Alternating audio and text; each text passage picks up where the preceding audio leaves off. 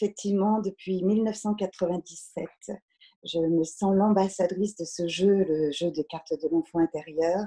Et c'est vraiment un cadeau que vous me faites aujourd'hui de me poser cette question parce que ce jeu, c'est vraiment un jeu pionnier pour moi. C'est un tarot. C'est un tarot, alors là, vraiment universel. Il est joyeux, il est spontané et j'ai une telle histoire avec, je m'en sens l'ambassadrice permanente. Alors, les cartes de l'enfant intérieur, ce qu'elles ont d'universel, c'est qu'on a tous été un enfant un jour, qu'on ait été un enfant joyeux, triste, ou qu'on ait eu des blessures émotionnelles. C'est vraiment, l'enfant, ça parle, je crois, à tout le monde sur Terre. Donc, c'est se dire qu'on vient toucher quelque chose de cette enfance et que dans cette enfance-là, il y a tous quelque chose à y trouver. Et en tous les cas, une guérison, ça c'est sûr.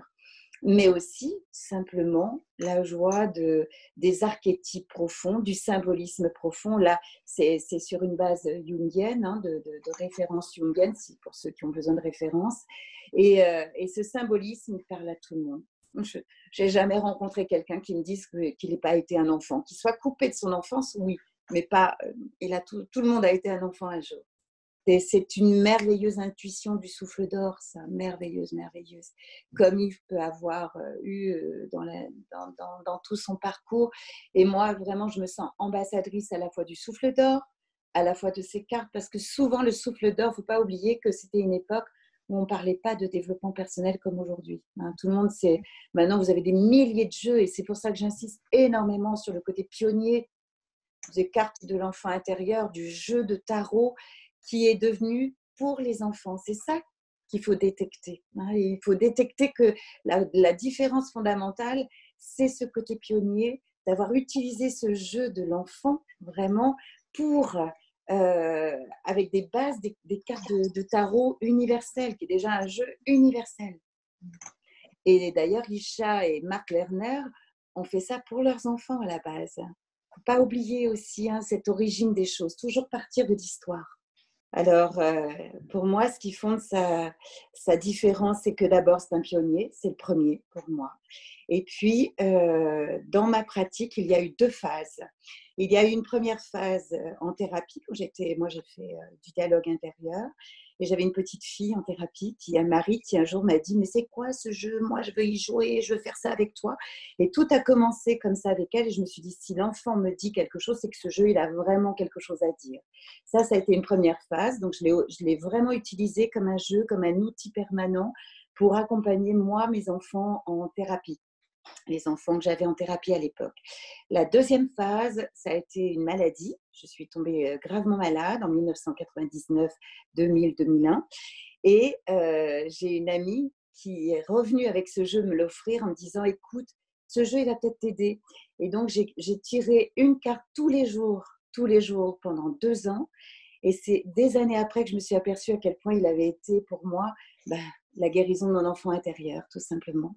Oui, c'est vrai que c'est toujours délicat, hein, le public concerné, parce que c'est un jeu pour moi qui est universel, puisqu'on a tous un enfant intérieur. On a tous été un enfant, donc ça touche l'enfant de toute façon.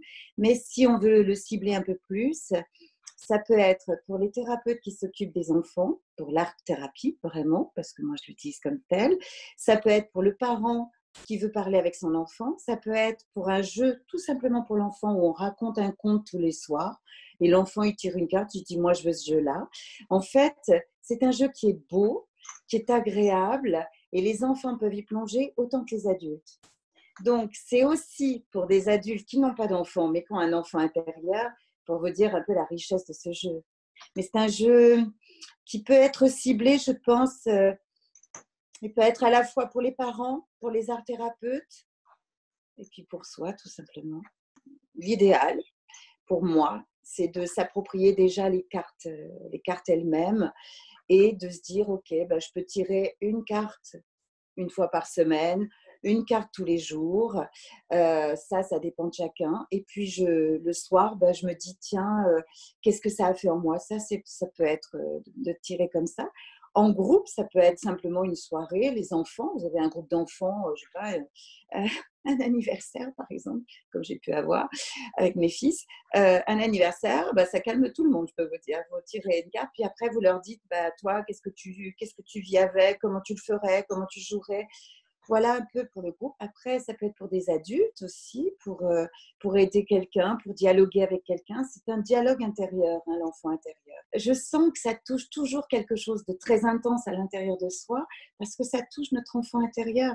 Moi, ma petite fille, si vous saviez comme elle est heureuse d'avoir rencontré ce jeu, donc c'est ce que je souhaite à toute personne qui ouvre ce coffret, qui se dit, bah, ça va déjà parler à moi, mais ça va peut-être parler à mes enfants, puis ça va peut-être parler à tous les enfants de la Terre, pourquoi pas.